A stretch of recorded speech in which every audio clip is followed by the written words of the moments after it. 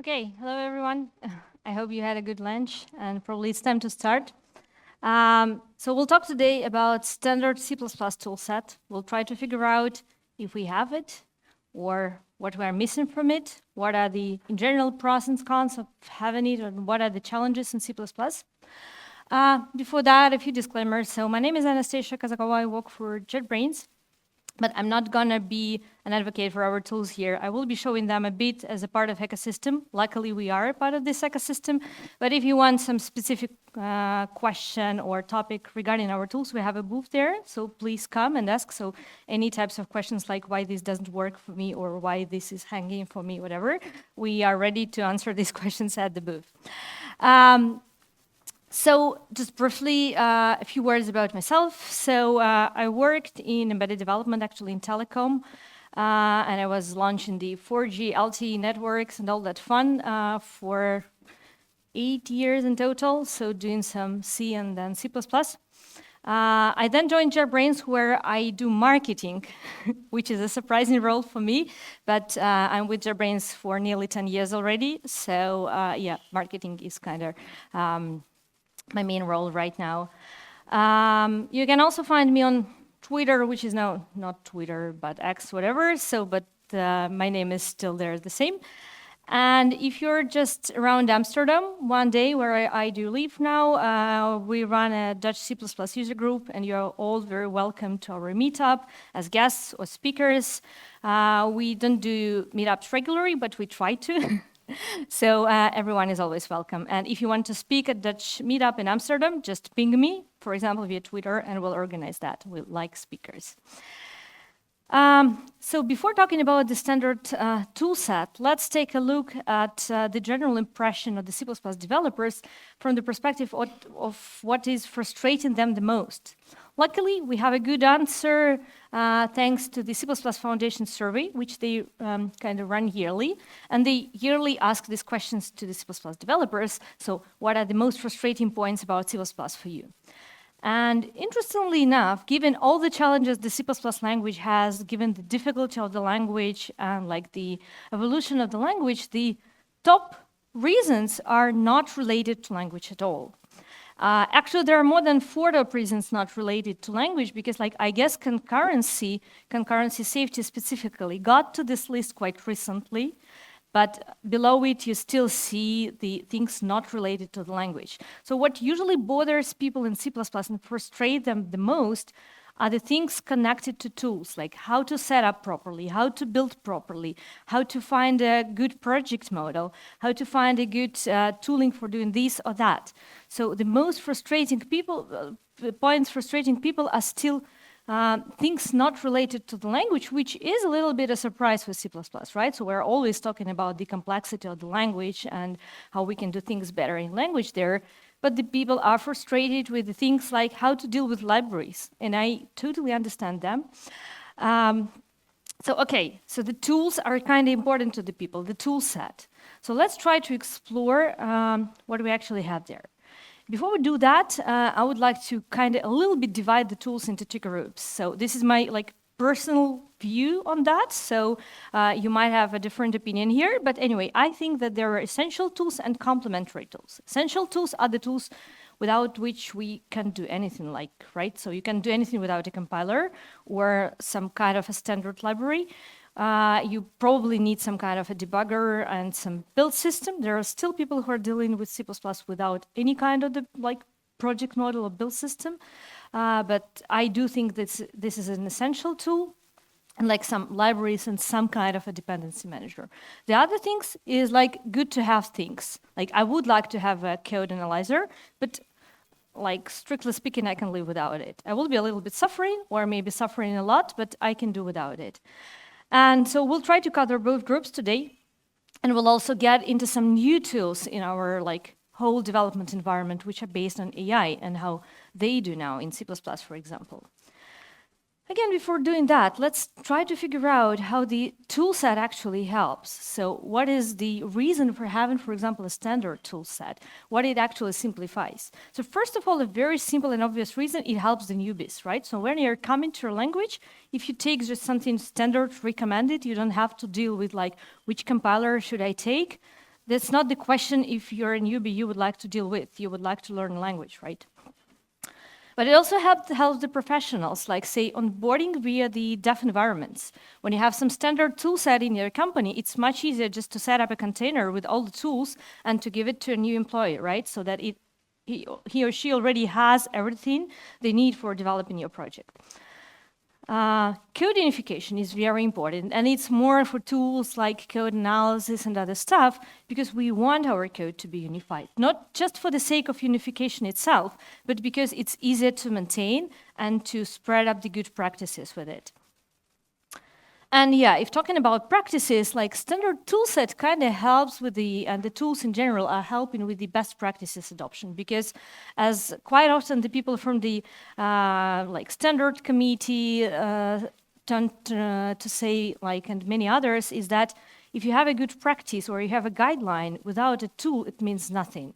So if there is nothing pushing this guideline on you or forcing this guideline on you, so it's very hard to follow this practice, even if it's like very, very good. And yeah, of course, like code sharing and libraries and all that stuff is also related to the tool set. Before we come into C++, let's think about these 4 icons and generally how the other languages are doing. Let's take a few examples. So we have Java. What does Java have? Java actually is a very interesting case because it has several compilers.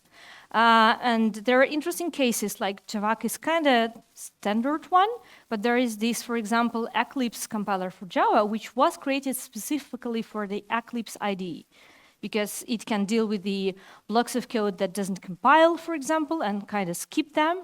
And the Java as a regular compiler can do that, and it can do like incremental builds, whatever. So this second compiler actually has a reason. It was created for the purposes of the specific IDE. Like they definitely have a fantastic library.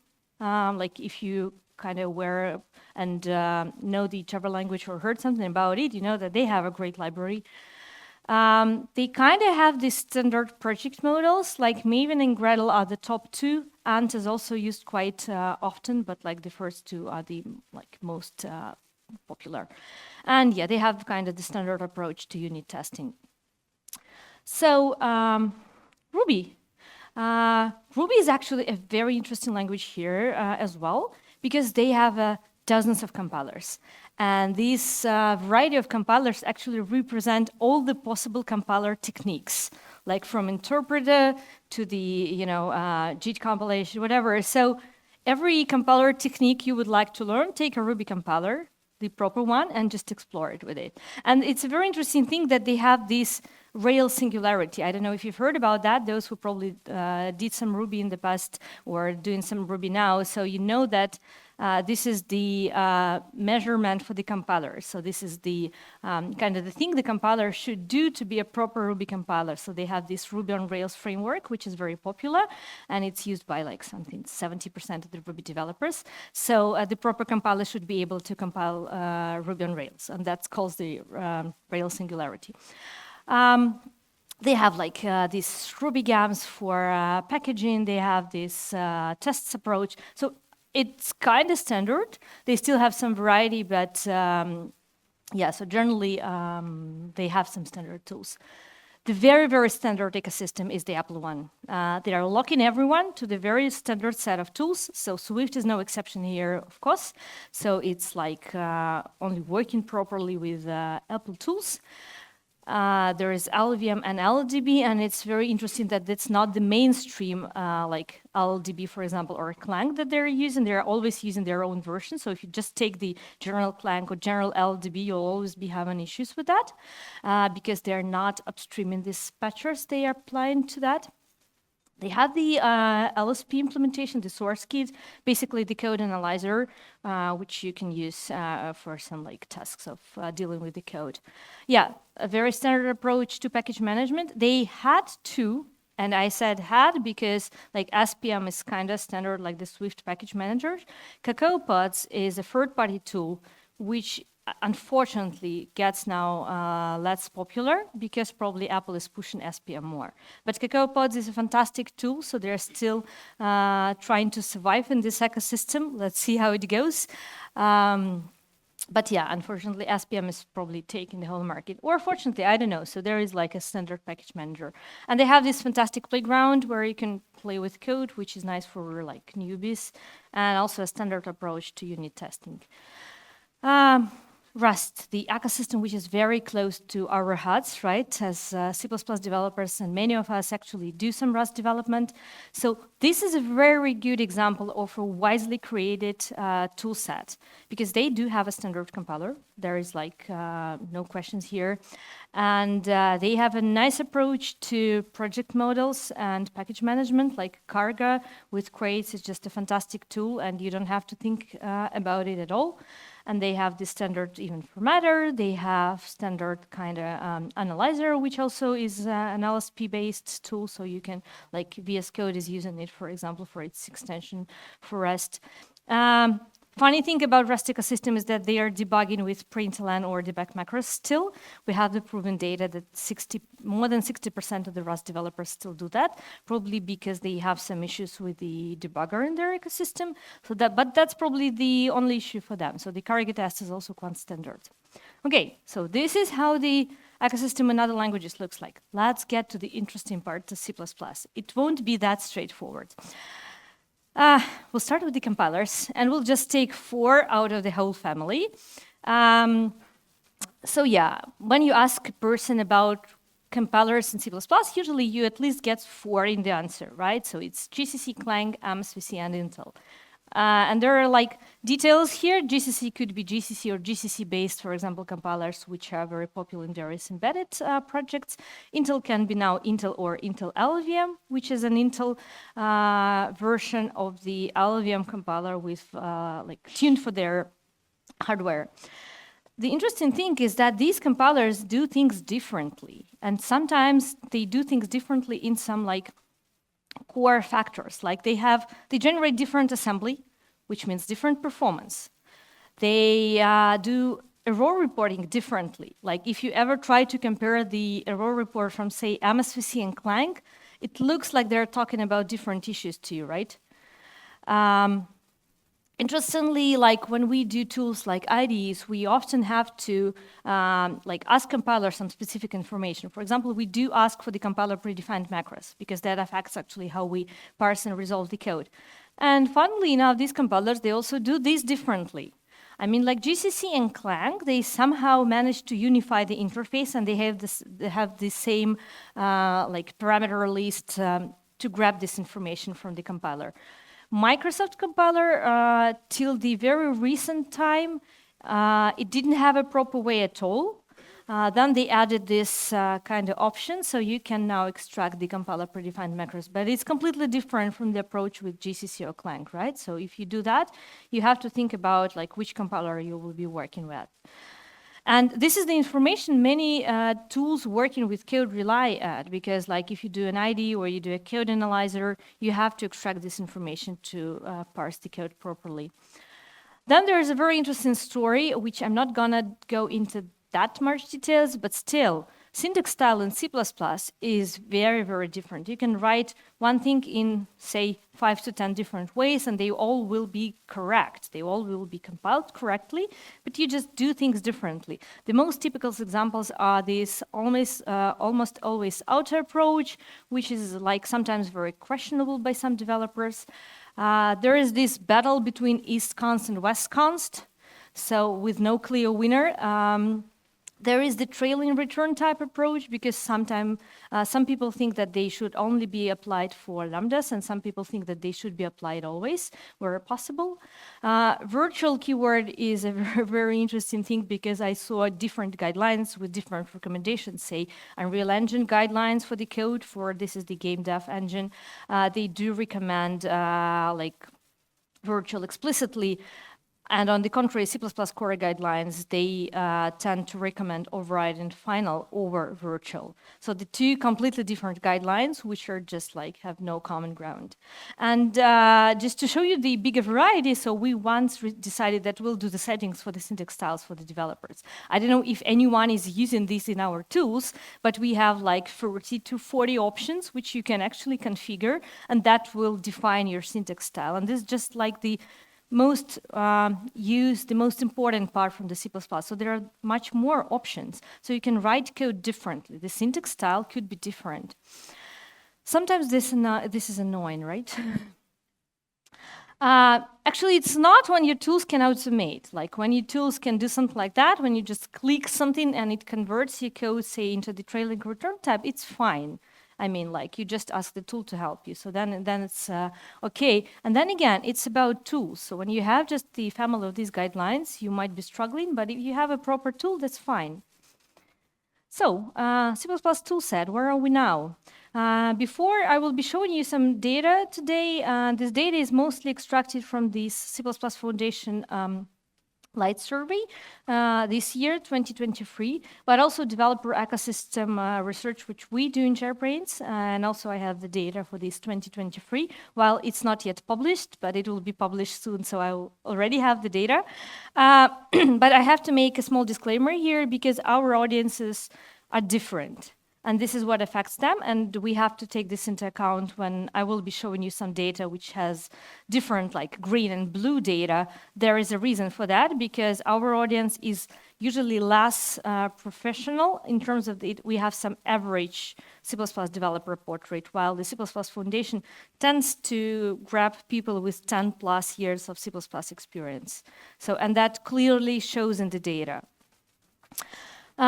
Okay, so let's think about the C++ toolset now. So I really like Bryce talks, and I really love this picture from one of his talk at C++ Now. So about the C++, as you know, a universal tool, like this double-edged sword, that it works for everything. So with any paradigm, for any problem, for any platform. And that probably defines the current landscape of tools for us. The fact that we have many of them, because sometimes they're applicable for, say, one type of problem, or for one paradigm, or for one platform, and the others are just for other kinds. So this is probably fine because we had this universal language. It's hard to maybe create one standard tool set when you try to cover, like, you know, everything in the world. Whether they're like some standard, more standard tool sets, like say, if you take the Apple platform, it's more standard, like, yeah, because it's kind of controlled more by the Apple, and usually we use like Clank and LLDB and like the tools from this ecosystem. When we were starting C-Line in 2015, we did a research when we were trying to figure out the minimal tool set to support. We came up based on our research on this tool set of GCC plus CMake plus GDB. It was standard for nearly everyone except maybe the Apple platform, which is a bit different. Anyway, let's be back to compilers. I showed you then the slide with 4 names, but here are like the 6 logos, because the C++ compiler is not just, you know, GCC, Clank, Intel, or MSVC. It's much more. There are IR compilers. There are like KL family. There are even like these things like Green Hills. If you work in automotive, you know what I'm talking about, and many, many others. And quite often they're not compatible. Like GCC and Clank is, with all their differences between each other, is the most correlated compilers in this family. The others are usually doing things differently. If you take a look at the usage, actually it's quite expected, I guess, that GCC and MSVC and Clang are the most popular. We have some different data with Foundation and our research. We've seen that already, probably because Foundation usually has more people from the Windows ecosystem, especially from the game dev, where Microsoft toolchain is the main one. So, but anyway, you can kind of see how it's spread. So, yeah, the people are mostly here. Surprisingly, C++ Foundation doesn't take Intel LVM into account still. I don't know the reason for that, but we kind of see that the people are coming from Intel to Intel LVM, quite many of them. Anyway, so talking about the compilers, so why these different compilers actually, why these, the variety is important and why you have to deal with it. Apart from the fact that there are some like things like this compiler predefined macros, a very simple example, if I would like to set all warnings to be errors in my code, I do that differently for Clank GCC or MSVC. So if I want to write unified code, say this is the CMake code, right? So if I want to write as unified CMake code, I have to do this if-else clause to check which compiler actually it is. So if it's MSVC or if it's like a Clank or GCC or maybe something else. So in my like kind of very general project model build system, I have still to go through these branches for the compilers for, say, the compiler options. So Clank and GCC have many common compiler options. This is very good, but quite often you don't have these things. And also, MSVC is actually very different often in the way they do support the things and do support the options in the compiler. If we talk about the language support, sorry for maybe a little bit outdated state of the art, but still usually the picture looks like that. So when you take a compiler and you say like, okay, so what's going on there with C++23 features? And you see this fantastic table with like different compilers, and you have these marks which features are supported, which features are not yet supported, and usually these columns are not aligned. So the Clank, GCC, and MSVC, they usually have their own pace, and they usually start from different angles. Okay, maybe that's just the C++23. We are in the 2023 year. Maybe it's too early to compare. Let's take the 3 basic features from the C++20. How it was, I guess this screenshot was taken like a couple of months ago, 3 to 4 maybe. And so these are the 3 major features of C++20, and they are still not aligned.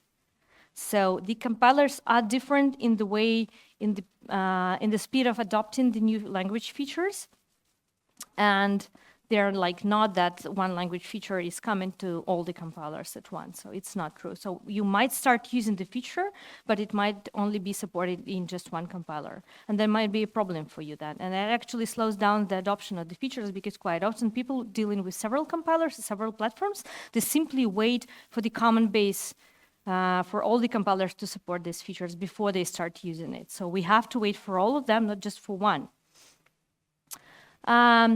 Interesting story about the Clank is that Clank is much more than just a compiler. It's like, yeah, it's a compiler in the first place. There is also a libclank. There is a Clank daemon, and there is an LSP. So that's a good set of tools which helps you like create your own tools working with the code. So it provides all this LSP-based information, and there are many tools which are based on top of Clank. It also provides the analyzer and like the Clank tidy, which is the analyzer most of the people in the ecosystem are now relying at.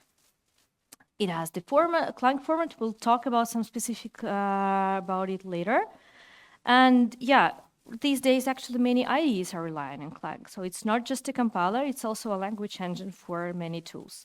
So literally every tool that needs an AST, the syntax tree, from your code, it usually goes to Clank and asks it, because it provides the unified model.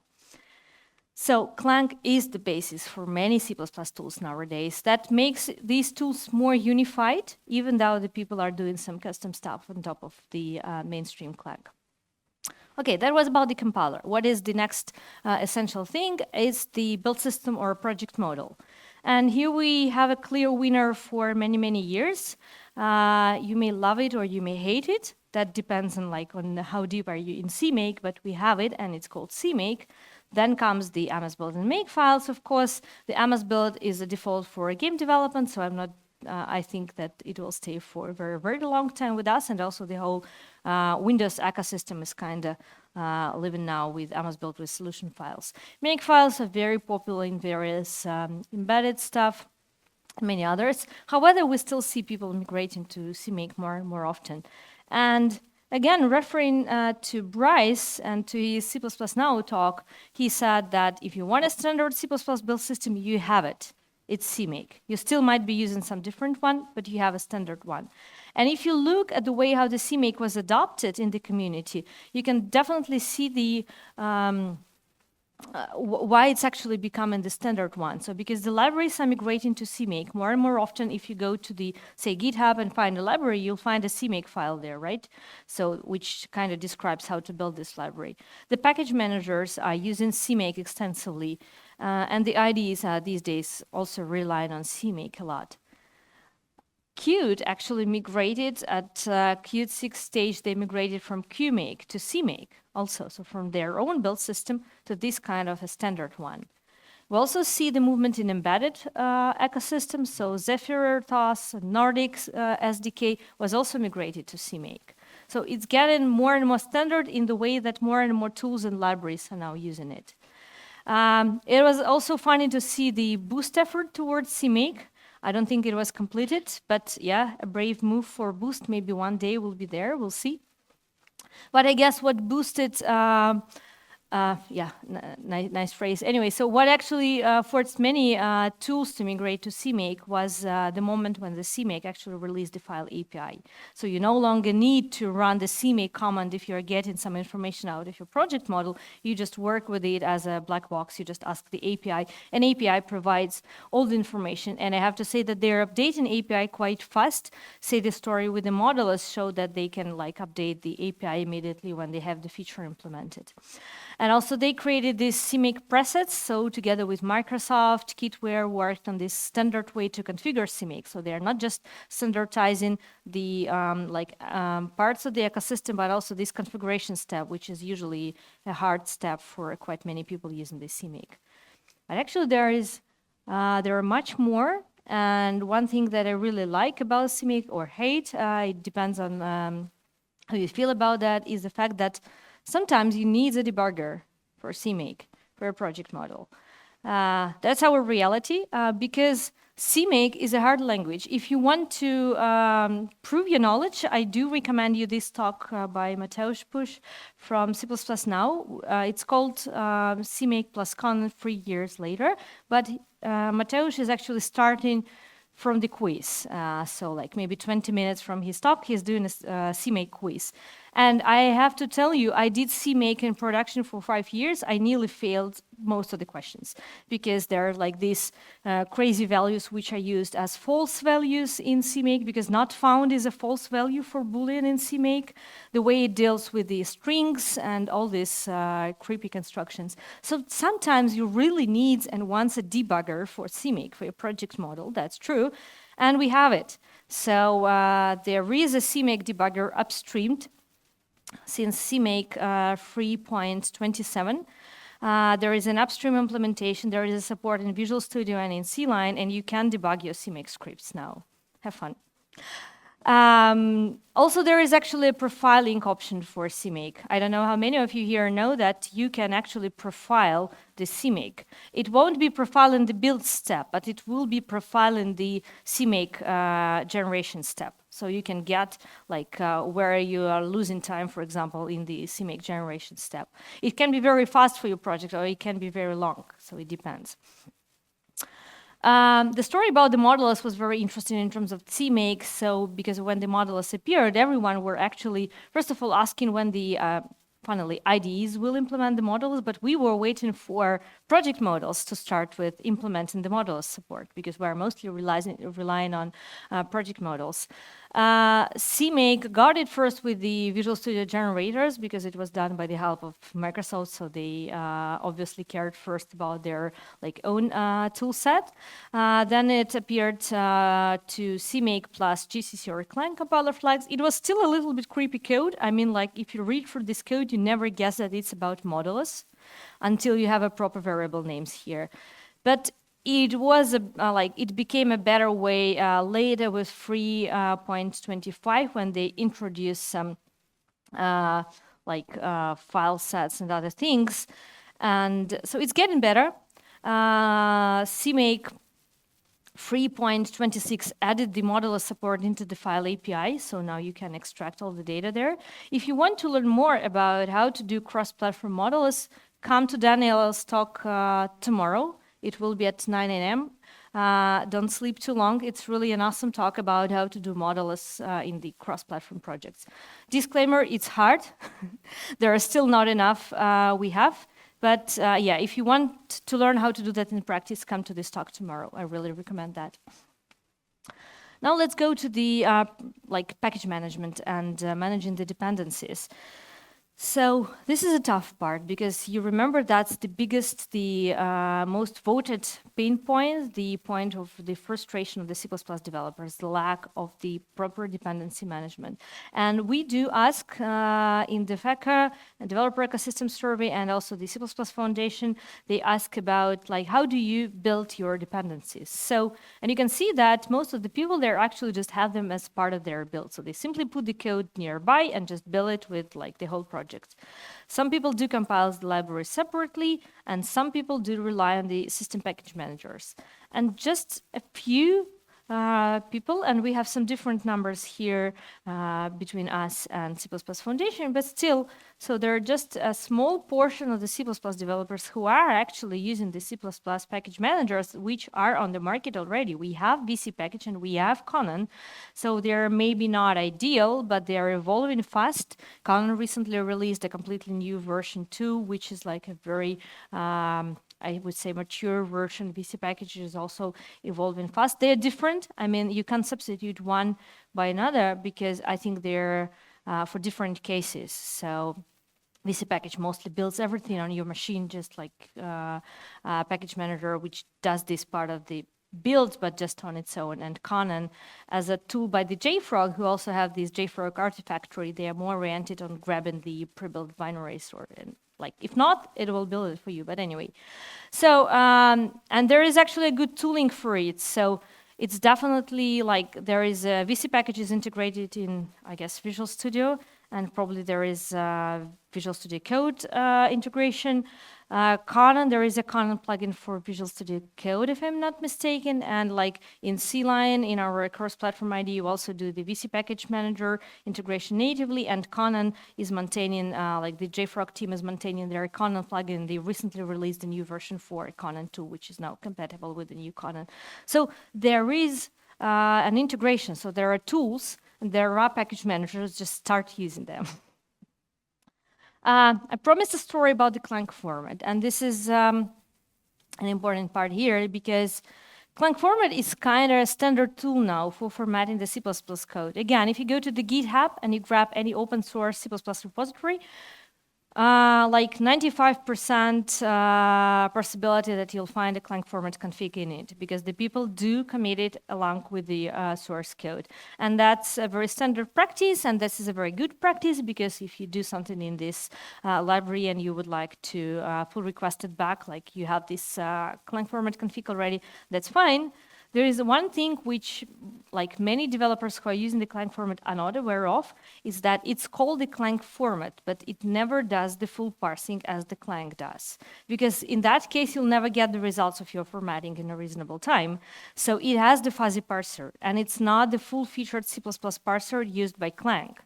And that sometimes brings you some issues. And I saw developers who were very, very confused with like the fact that they're getting some creepy formatting and they can't understand why until they actually get to the point is that the Clank format simply parses it differently to Clank.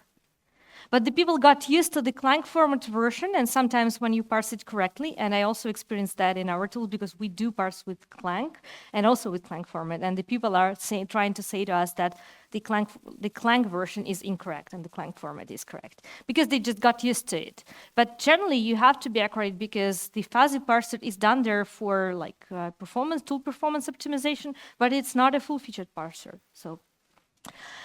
And also, Clank format is known for breaking compatibility between versions. I think everyone who used that actually knows that because they tend to change the semantic of the parameters. So, for example, they sometimes migrate the text values into enumeration for the same parameter. And so your whole Clank format config could be broken just because you upgraded to the new Clank format version. Because of that, people quite often do stuck to the specific Clank format version in their project for the whole project life. Yeah, so now about the code analysis.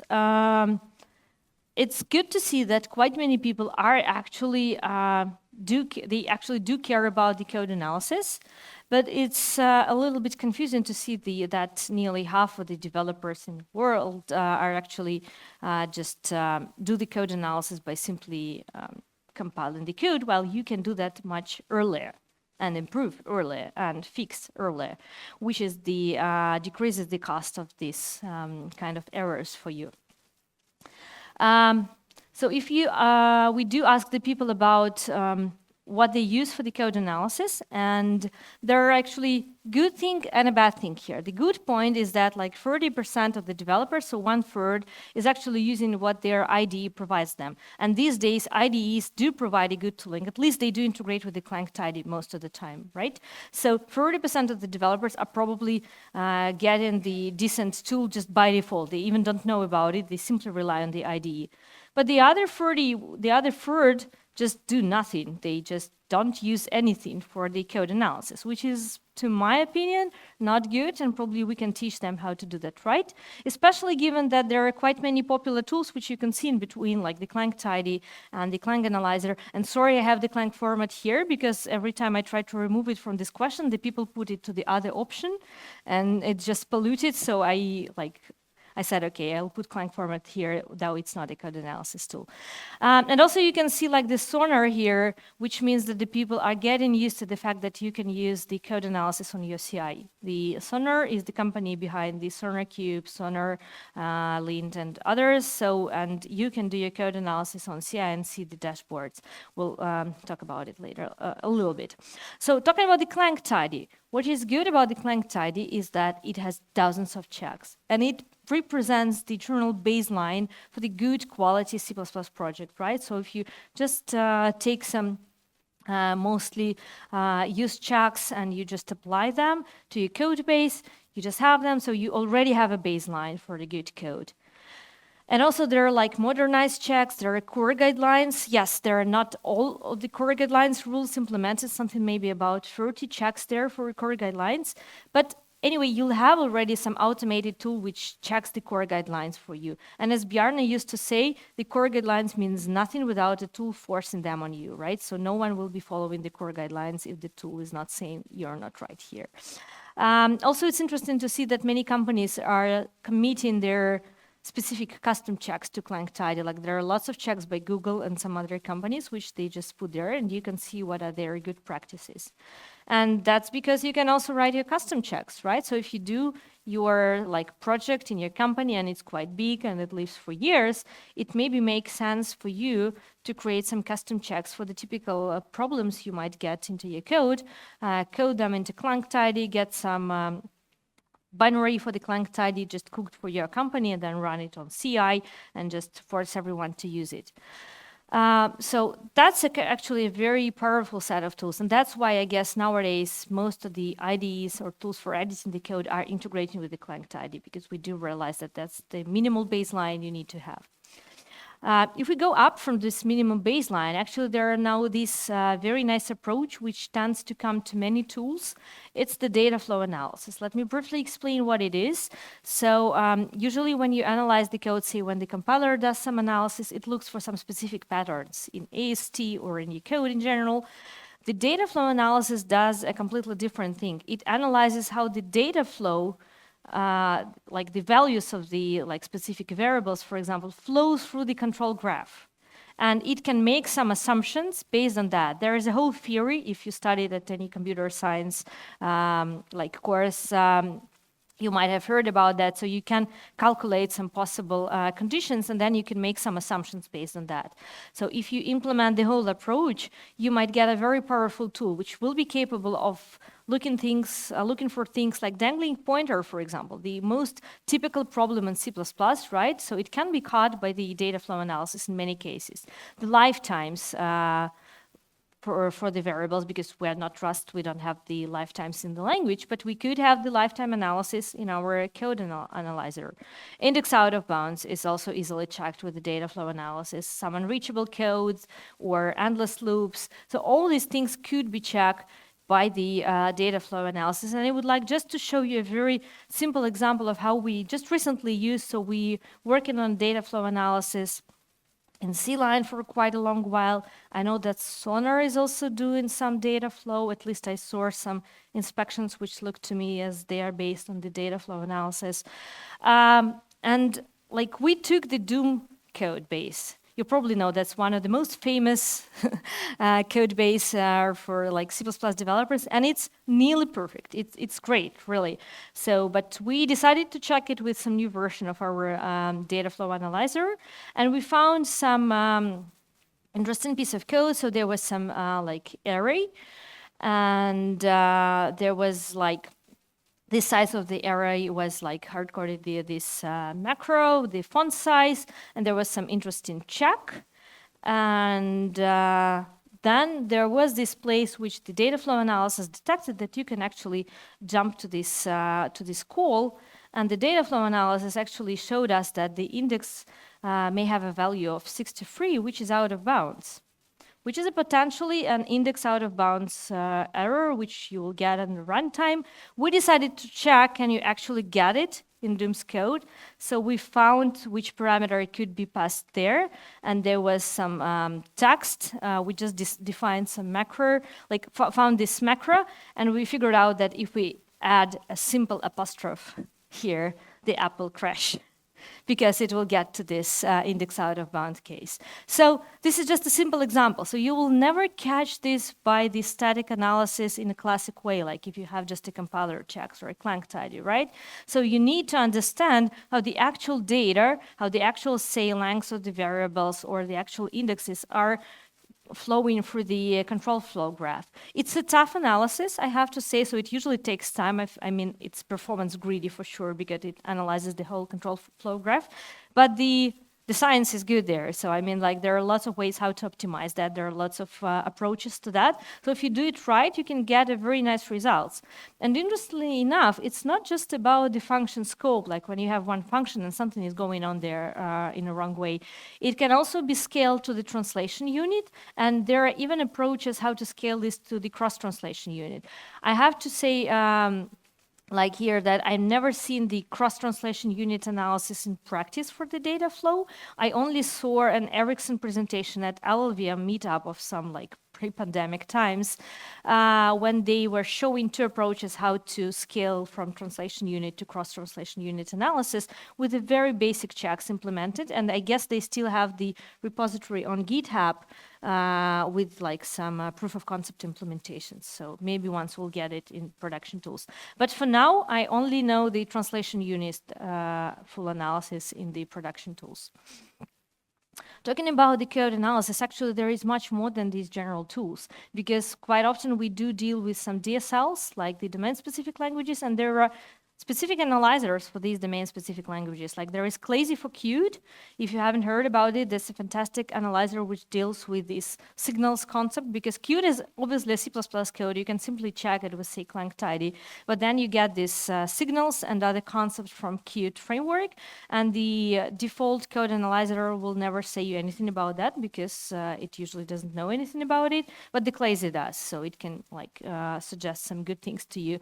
There is this Unreal header tool for Unreal Engine. Again, if you haven't heard about it, so the whole Unreal Engine, it's the game engine. And so they're definitely using the reflection, which we still miss in the language. And so they're doing the reflection in macros.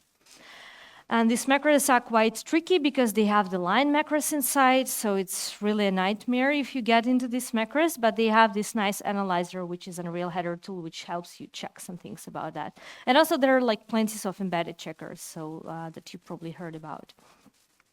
I promised a few words about the code analysis tools on CI. I just want to say why it's really important, because you can say that, like, yeah, I will be running the code analysis locally, or I will just do the compilation and it will show me some useful wordings. That's fine. But for example, if you have an open source code base or just a big code base in your company, and like you're doing the code reviews or you're pull requesting to some open source repository, like it's good for the authors of this code base to run some general code analysis on CI so that you can check, for example, with your pull request that like everything is more or less fine. Yeah, like just a basic check which saves time from the code reviews. They could be target or platform-specific checks, which you simply can't run locally, right? So you do something on some specific remote hardware, for example, you can only do that if you have a configuration set on CI, and then you can run some specific checks, and they will never work on your local setup. And also, that's for sure a way to deal with the long, greedy checks, which runs for, say, hours. You just leave them on CI for a weekend, and you're happy or unhappy on Monday. Yeah, and a health check on the timeline. I think this is very important for open source projects. As far as I know, like those who are serious about the open source project and who have resources, they try to have this constant analysis run on CI so that they actually know how the project is like living, what's like doing this basic health check and looking at the timeline. But it's actually good for any project. Yeah, and it's more like a management tool maybe, right? So you're just trying to understand what's going on there. So sometimes the developers don't think about it, but the managers and the teams, the technical managers do think about it. And yeah, as I said, it's like good for open source. And we have great tools for that. So there's Swanner, who is doing these tools. And there is like, we also have JetBrains Kadana, who is also which brings our analysis from IDEs to CI/CD. So there are tools on the market which you can check, and they're doing these dashboards, and they're helping with pull requests, whatever.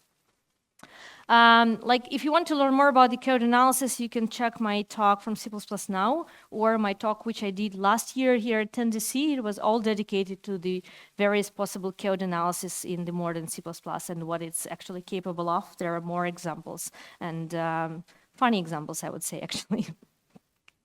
Let's come to the unit testing. So unit testing, like 75% of all respondents in our developer ecosystem survey, they says that testing plays an important role in their development processes, which sometimes doesn't, like a little bit clashes with the statistics I get for C++, because every year I'm trying to figure out who are these 40% of the people who are selecting that they're not doing any unit tests. So I'm trying to add various options for them, like trying to figure out if they're more like into doing integration tests or some other kinds of testing. But I still have quite many respondents who are saying that they're not doing any unit tests at all. Apart from that fact, we have a very popular like Google test framework, which is kind of standard, even though it's hard to deal because the people are these days tend more to select the header-only frameworks, which was a case for Catch, which is now no longer, like Catch 2 version 3 is no longer a header-only framework. They moved from that approach because it became too hard to support this approach with the more specific checks and evolution of the framework. If you're a fan of this header-only approach, you can take the doc test.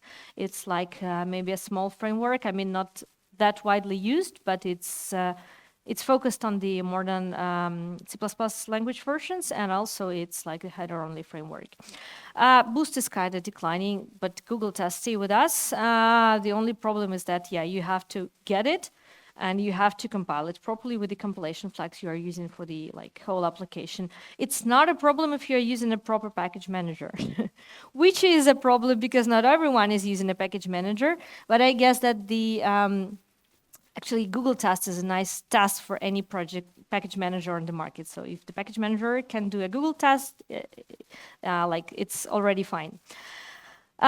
If you're doing tests, the other important thing that you have to take into account is the code coverage, and you can do the code coverage in different ways. There's like line or statement or branch coverage. You have to be, again, accurate because different tools sometimes do different types of the coverage. So there is this popular LLVM COM coverage, which is mostly used with like Clank, and GCOV, which is mostly used when the people are using GCC. But the thing is that they are doing different types of coverage, and sometimes you're a little bit surprised when you compile with different compilers, and then you run the different types of coverage on the same set of tests, and you get different results. So, but they do treat like the compiler generated branches could be treated differently, or exception handling could be treated differently. So you have to take these parameters into account when you rely on the coverage. And now the fun part. So AI is coming to development, It's come into our lives, right, for already a long time, but it's also come into software developers in a good way. I mean, there are lots of concerns and legal concerns and like some other types of concerns. I'm not going to talk about them, but since like I work in the company who are just crazy about tools and who loves doing the software development experience better, we would like to bring these opportunities to software developers. And so we're very much focused on how we can essentially integrate it into our software development workflow. So for us, the AI future is already here because we have fantastic tools like GitHub Copilot, which is on the market for a while already. There are some others like Codium and Cody by SourceGraph. And there is also JetBrains AI Assistant now in the market, which we released in summer. And what it can do, it can actually help developers in their daily routine. And this is very important. So AI, to me, is not a chat who you can talk to when you're bored or you don't know how to write a proper algorithm, right? You can just go to OpenAI website and do it there. So that's not what we want to do. We don't want, like, we brought the chat to the IDEs, but that's not our primary goal. Our primary goal is to make your development, everyday development routine better with AI. And for that, we're trying to integrate it essentially into the tooling, and we do hope that the other like vendors will be doing some similar stuff. Like GitHub Copilot here is a very nice example. It simply integrates and gives you a very basic thing which you use daily in your IDE, right? Decompletion. So it just does decompletion for you, like in a very nice way. But also, like what we were trying to do is like to bring things like to your table where the AI could help. For example, it could help with like writing the documentation or explaining some code or suggesting some refactoring or looking for some potential issues. And it should be context aware. So what we do is that we like feed AI with all the context of your code base of your project, and we then ask the questions to AI inside the IDE in a proper way, and we get the project-specific output which we shows and then try to integrate. And I will show you just a few examples. I hope it will run. So here in this example, I have a test which fails. Probably you understand why. I don't have a termination character there. So I just asked the AI assistant what was wrong with that. AI assistant has heard for a while, generated some answer to me. Then what I did, I simply copy-paste the code that it generated. I pasted it into my editor, and then I just rerun the test, and hooray, my test passed. So that was just the regular floor where I tried to use the AI assistant with like some integration, right? Another way, another like approach where I can try and use AI assistant is like I could ask it to help me with models because, hey, I don't know how to migrate my code base to models. Could you maybe help me? And because AI assistant could know the project specific context, it could like tell you some useful code and say how to do some Modelist there. Again, I'm not talking here about all these questions about how accurate it is or how it was trained, but I'm more focused on how we could integrate it more essentially into the dev tools. Another example which I personally do love a lot, because you probably noticed that I love and hate CMake at the same time. I do CMake errors quite often, and so we integrated the AI in the way that if you have a CMake error, you can ask AI to explain the error with the AI and get some answer and probably get some proper CMake code, which you can then copy-paste in your editor and have a proper working CMake code.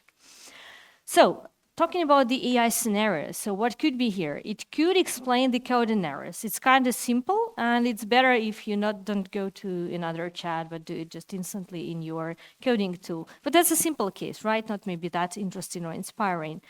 AI could suggest the code transformation, or it could suggest some like modernization for the code base, or things like just finding issues and transforming the code to a proper one. It could do these things like helping you during the type assist, like the code completion done by the GitHub Copilot, right? So just speeding up the code generation. It can do some more general code generation. The people sometimes are skeptical about it because that's a hard part, right? So it could be it could miss the mark easily.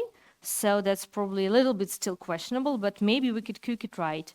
It could do things like generate documentation, or we had implemented the feature which is called explain the commit message, say. So why not just feed to AI all the changes in my code and ask to explain the commit message? Actually, it's quite good at it, I have to say. It writes a much better commit messages than I do at times. And it could be actually any idea. I mean, any idea could be now these days implemented with AI, and you could try and build it into your tool. And I think that the future of some tool set for us is also here. And maybe it will help us deal with the C++ complexity. And with this hope, I would like to finish and show you some lists of useful links. And we still have time for questions. And I have to say that I have some nice presents for the questions, so just think about some good questions, and I have some nice presents for you. Thank you.